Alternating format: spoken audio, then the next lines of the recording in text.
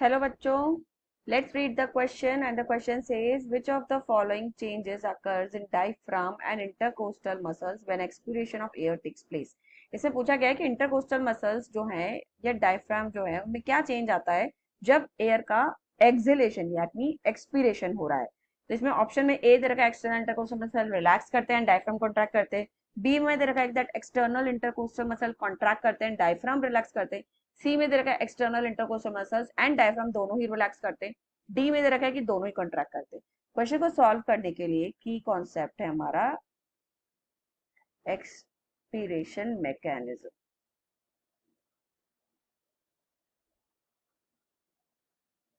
Now इस question में हमें सीधा सीधा ब्रीथिंग का जो मैकेनिज्म है थोड़ा बहुत उसको समझना पड़ेगा।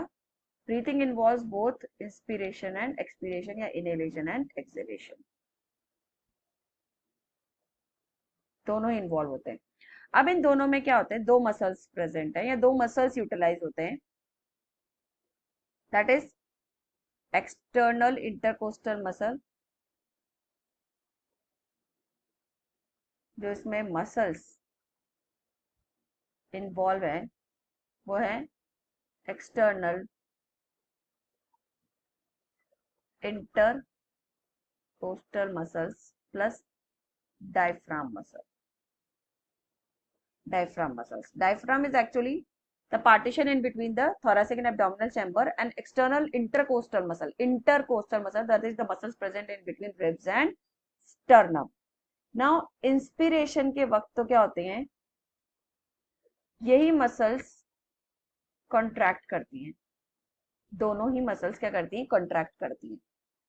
Both the muscles actually they contract. Now due to the contraction what happened, since thoracic chamber का जो वॉल्यूम है वो इंक्रीज हो जाएगा एंड प्रेशर डिक्रीज हो जाएगा, राइट।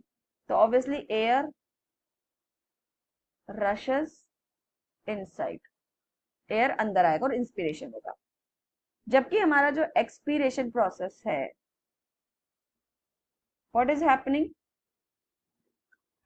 अच्छा एयर जो इंस्पिरेशन में अंदर क्यों आ रहा है, क्योंकि एयर का मूवमेंट जो है हमेशा हाई प्रेशर से लो प्रेशर की तरफ होता है, हाई प्रेशर से लो प्रेशर की तरफ। तो अंदर प्रेशर कम हो गया और एटमॉस्फेरिक प्रेशर बाहर ज्यादा है। अब एक्सपीरेशन में यही चीज उल्टी हो जाती है। What is happening here, the muscles, दोनों ही मसल्स रिलैक्स कर जाएंगी, एक्सटर्नल इंटरकोस्टल मसल्स भी और डायफ्राम मसल्स भी। अब इसमें एक्सटर्नल इंटरकोस्टल मसल्स के रिलैक्स करने की वजह से ribs plus sternum they move inward and downward, वापस अपनी जगह पे आ जाएंगे। एंड जो हमारा डायफ्राम है वो वापस से डोम शेप पे आ जाएगा। जबकि इंस्पिरेशन में क्या हुआ था, रिब्स और sternum outward and upward move करे थे और डायफ्राम फ्लैटेंड शेप हो गया था। बट एक्सपिरेशन में सिंस वही मसल्स रिलैक्स कर रही है इसलिए वो अपनी अपनी जगह पे आ जाते हैं और उसकी वजह से हमारा जो थोरैसिक वॉल्यूम बढ़ होता है वो क्या हो जाता है, डिक्रीज हो जाता है एंड हमारा जो प्रेशर है वो इंक्रीज हो जाता है। तो अगेन एयर का मूवमेंट जो है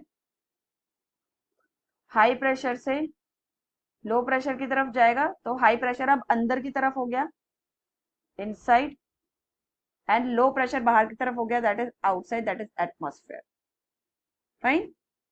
तो अब ये क्वेश्चन क्या पूछ रहा है कि इंस्पिरेशन के वक्त ये मसल्स में क्या चेंज आता है, तो ऑब्वियसली दोनों ही रिलैक्स कर दिए।